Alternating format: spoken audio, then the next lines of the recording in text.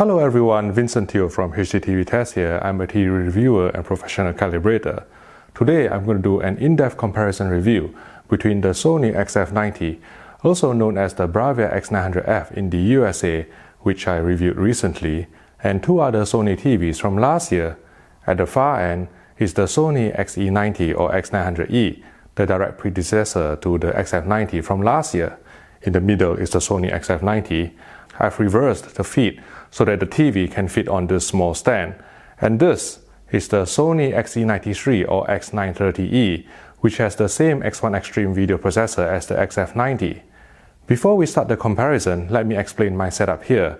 I know some of you just want me to get straight to the point, but I think it's important for you to understand how these comparisons are made, so you can draw your own conclusions within the limitations of this YouTube video. 1. All three televisions, the Sony XE90, the Sony XF90 and also the XE93, have been calibrated using reference-grade equipment to the standards used within the film and broadcast industry for both SDR and HDR, and then fed the same content from a single video source, distributed using a HDMI splitter. I go to extra lengths to make sure it's a level playing field. If you are seeing some differences in colors, it's partially because of the viewing angle.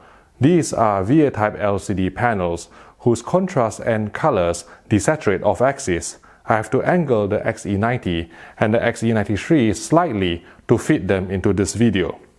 2. The camera I'm using to film this video has a limited dynamic range, but these are HDR televisions, so sometimes I have to lower the camera exposure to show all the specular highlight detail, causing the picture to look too dark and shadow detail to disappear. Also, to illustrate blooming or haloing artifacts, sometimes I have to increase the camera ISO, which introduces noise to the video. In such cases, I will try to caption the footage explaining what I've done. But more importantly, please remember that these video clips do not fully represent what I'm actually seeing in real life. So please, listen to my commentary and don't judge the picture quality solely from these video clips. 3. Although it may not be apparent from the camera because of how these TVs are arranged, they are all 55-inch models, which is important when it comes to assessing the quality of upscaling. TV manufacturers generally do not like me doing these head-to-head comparisons, so it's almost impossible for me to get review samples from them for this purpose, especially not of the same screen size. And on this note, I would like to thank Richer Sounds Manchester for loaning us these three televisions, the Sony XE90, the Sony XF90 and also the Sony XE93, to make this shootout a reality.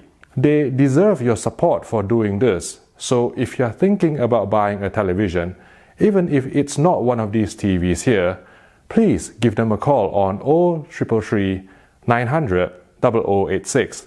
Name drop HDTV Test and they'll take care of you with great price and service. Okay, enough with the pleasantries. Let's jump right into the comparison. Both the Sony XE90 and XF90 are full array local dimming or FALD directly LED TVs, while the XE93 is H-lit. But because of how the LED modules are dual stacked on the top and bottom of the screen, the XE93 actually performs like an FALD TV. I ran our custom-ordered test pattern consisting of a small white box crawling horizontally and then vertically against the borders of a black background. Note that I've intentionally cranked up the backlight and contrast to maximum for the purpose of zone count, so the blooming that you see in the video is actually significantly less in real-life viewing. The XE90 and XF90 have a similar number of independently dimmable zones, whereas the XE93 has slightly more. As you can see, the XE93 has the best zonal control with the least amount of blooming or haloing artifacts, whereas between the XE90 and the XF90, blooming on the XE90 is spread across a larger area, but on the XF90, the blooming can be brighter, especially in HDR, because the display is capable of a higher peak brightness. These findings largely transferred to real-life content too. As Sandra Bullock is hurling through space in this scene from Gravity, The letterbox bars on the XE90 lit up the most from the rotating flashlights, with the XE93 being able to hang impressively with the XF90, even though the XE93 is only H-lit. In The Dark Knight Rises, as Batman emerges from the shadows to meet Catwoman, the XE90's top letterbox bars look grayish. Again, I stress that I've increased the camera ISO to exaggerate the blooming on all three sets for the purpose of this demonstration. In real life, it is not as obvious, especially if there's some ambient lighting around. Continuing our assessment, we played some 4K Blu-rays which kicked the TVs into HDR mode with maximum backlight. During the opening credits for Miss Peregrine's Home for Peculiar Children, the XE90's black level was the shallowest with the biggest area of blooming, while the XE93 looked very impressive considering its H-lit. In this challenging scene from The Revenant, where the subtitles fade in and out, the blooming on the Sony XE90 extended further horizontally beyond the words than the other two sets, perhaps as a result of the local dimming algorithm delivered by the less advanced X1 processor. However, blooming on the XF90 and also the Sony XE93 is brighter because their peak brightness is higher. Overall, in terms of local dimming effectiveness, balancing between deep blacks and keeping blooming under control, the Sony XE93 is top, followed closely by the XF90, with the XE90 last.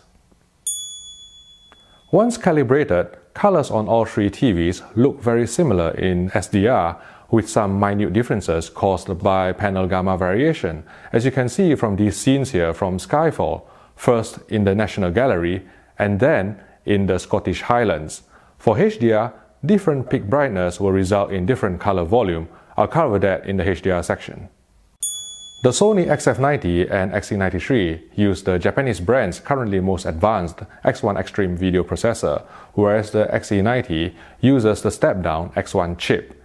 In reality, scaling quality is excellent on all three TVs, and the clearest difference when we saw the X1 Extreme pull ahead is in standard definition content. I'm playing a DVD of Paw Patrol in 480i.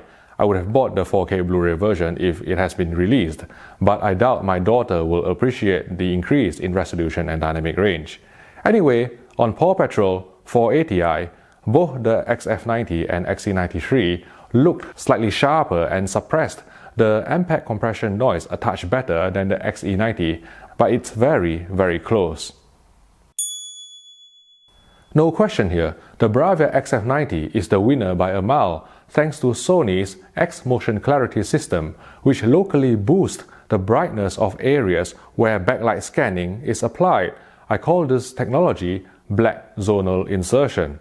In this clip where the girl is rocking back and forth with a smile on her face, the Sony XF90 with X Motion Clarity enabled looked the clearest and brightest, even though I've also engaged backlight scanning on the XE90 and the XE93 to achieve the highest motion resolution for them respectively. The Sony XE93 uses a VA LCD panel whose response time is slower than those implemented on the XE90 and XF90, so dark objects moving across a lighter background may exhibit more smearing. Another thing to note is that the XE90 can be prone to frame repeat errors in 50Hz content. It's so quick that many people, including owners, may miss it, so I've filmed the following footage in slow motion to make it easier for you to see. First up is tennis. You can see the frame repeat error manifesting as a slight pause here. Next is MasterChef on BBC. There are multiple frame repeat errors visible on the XE90 but not on the XF90 and XE93 as the camera cuts quickly from one shot to the next. To stop the frames from repeating, you can switch to the game, graphics or photo picture presets, which probably disables the offending motion processing bug, but it's only a temporary fix, and we hope that Sony is working on a permanent solution. On a 10% window, HDR peak brightness on the XE90, XF90 and the XE93 measured 740 nits, 1000 nits and 1400 nits respectively. On full field white, the XE90 measured 515 nits, the XF90 was 685 nits, and the XE93 was 740 nits. So the XE90 is the dimmest among these three, while the XE93 is the brightest. And generally speaking, the brighter the TV, the more impactful the HDR experience. In the opening scene of Miss Peregrine's Home for Peculiar Children, a disc that has been mastered to 1000 nits, the Florida beach just looked sunnier and more realistic on the XF90 and particularly the XE93. Same with the sun and clouds in Pan, which is mastered to 4000 nits. Although DCI-P3 color gamut coverage is similar between all three TVs at around 94 or 95%, color volume is affected by peak brightness too. In another 4000 nit film, Mad Max Fury Road, the flames and reflections came across more vibrant and mesmerizing on the XE93, with the XF90 coming in second. On the whole, HDR games are even more demanding than HDR movies in terms of the TV's light output, since most games fill up the entire screen and can be mastered up to 10,000 nits. I'm using the shot from Horizon Zero Dawn on the PS4 Pro here. The sun peeking through the clouds looked the brightest and most realistic on the Sony XE93 among these three displays.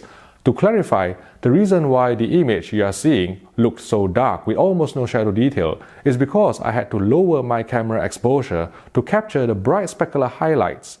In real life, the overall APL or average picture level is brighter with both the highlight and shadow detail intact. Also, note that on the Sony XE90, you are starting to lose highlight detail as the sun and the cloud details start merging together. This is probably due to how the X1 processor needs to balance the overall brightness and specular highlight detail within the XE90's lower peak brightness compared with the XF90 and also the XE93.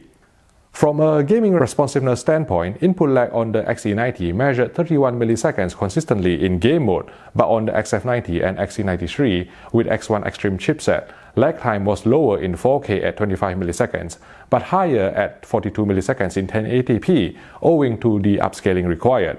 So the XF90 and the XE93 will be quicker for playing games from consoles that send out 4K video signal, such as the Sony PS4 Pro and Microsoft Xbox One X, but the Sony XE90 will be slightly more responsive for playing Nintendo Switch, which is 1080p only.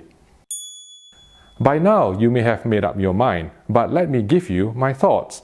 First, all three are fantastic displays, but in this three-way shootout, the Sony XE90 loses out on almost every aspect of picture quality to the XF90 and the XE93. It's got the shallowest blacks, the biggest area of blooming, lowest peak brightness and color volume, as well as occasional frame repeat errors in 50Hz content, which mainly affects viewers who watch broadcast TV in the UK and Europe. And of course, the XE90 will never get Dolby Vision support because it's not equipped with the X1 Extreme chipset. What's better about the XE90 is that it's the most affordable among these three and has the lowest 1080p input lag. If you have the budget, the more sensible choice is between the XF90 and the XE93. Although in theory the XE93 is edge-lit, it's got better local dimming and higher peak brightness than the XF90, but the XF90 wins on the motion front. X-Motion Clarity black zonal insertion technology produces stunning results, and the panel response time is faster, so there's less dark smearing than the XE93. If watching fast action sports and playing games with the highest motion clarity is important to you, get the Sony XF90, but otherwise the XE93 delivers slightly more impactful HDR, or you can just buy whichever is cheaper between these two. And that's a wrap. This video took a lot of time and effort to put together, so if you found it useful, I would appreciate it if you can hit the like button, share it on forums, and subscribe to the HDTV Test YouTube channel if you are not already a subscriber yet. Thanks for watching, and also thanks to Richer Sounds for providing these TVs for this comparison, and I'll see you in the next video.